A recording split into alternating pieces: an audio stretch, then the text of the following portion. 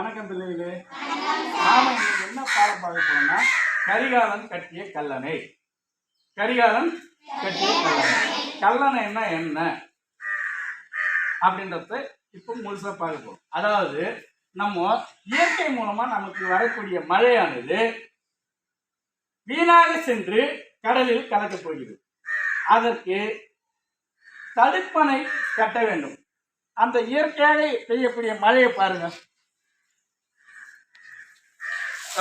இந்த மாதிரி மழையானது வீணா சென்று அது கடலில் கலக்கிறது.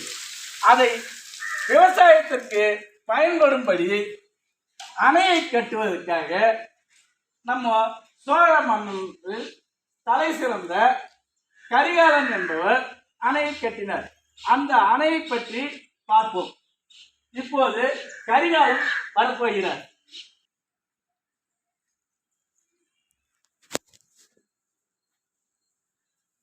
நான் தான் வளவன்.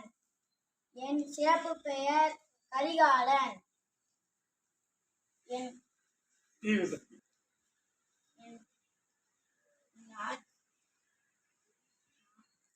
விபத்தில் கால் கரியதாக கரிகாலன் என்று பெயர் ஏற்பட்டது. நான் ஆட்சி செய்த பகுதி சோழ நாடு. சோழ நாட்டில் மழை பெய்வது வீணாக்கு கடலுக்கு போகிறது. அதை தடுக்கவே கல்லணை கட்டுகிறது.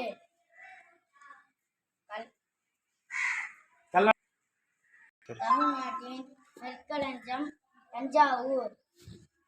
என் சின்னம் புலிக்கொடி. நான் கட்டின கல்லணை இதோ.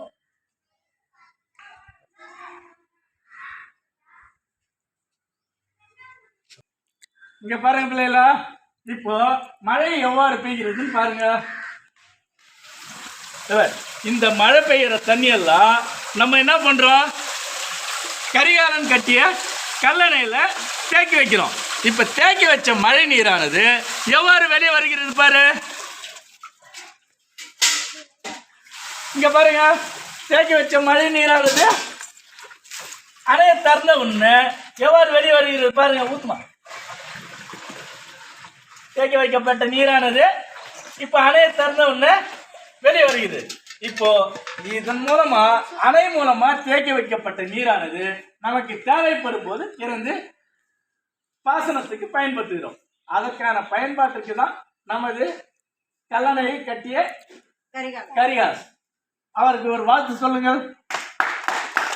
நன்றி.